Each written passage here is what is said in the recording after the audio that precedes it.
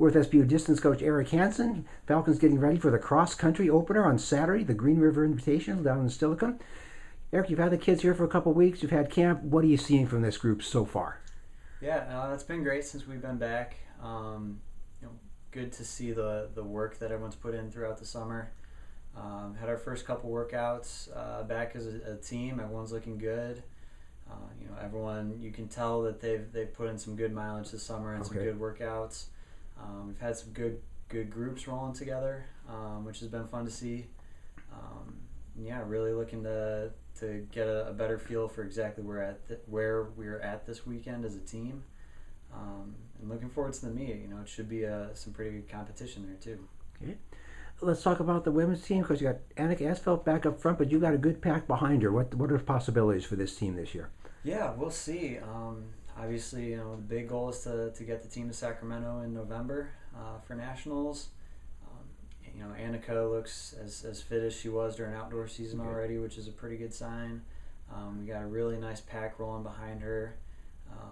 We got some freshmen that have looked great throughout camp so far. And I'm excited to see how it shakes out this weekend. I don't really know exactly what the order is going to be, and that's fun for me. But I think as a team, that says a lot about the depth that I think we're going to have this year. Okay, and a young team, a smaller team on the men's side, but a couple of good guys up front, and then some talent behind them as well. Yeah, our guys have put in some great work over the summer. Going all the way even back into track season. Okay.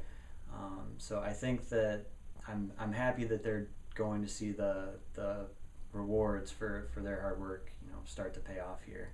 I think some of the guys that we have coming back are at a level of fitness that they haven't been at before, which is exciting. So definitely looking forward to seeing them get out there, and I think they might surprise themselves a little bit. Hopefully, definitely surprise some other people. Okay.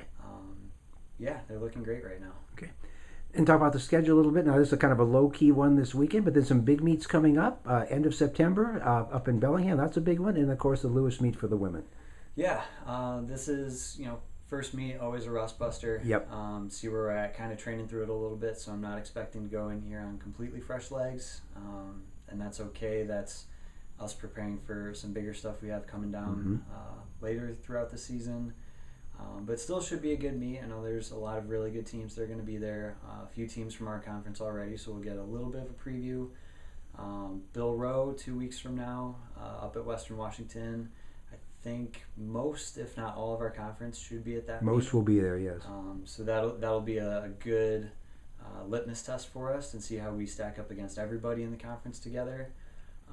And then we'll be doing a split squad 2 weeks later, either at the Emerald City Open or we're taking a small group of our women's team out to the Lewis crossover in Chicago, see how we stack up against some other teams from different regions, and hopefully help us out in the national qualifying conversation come regionals.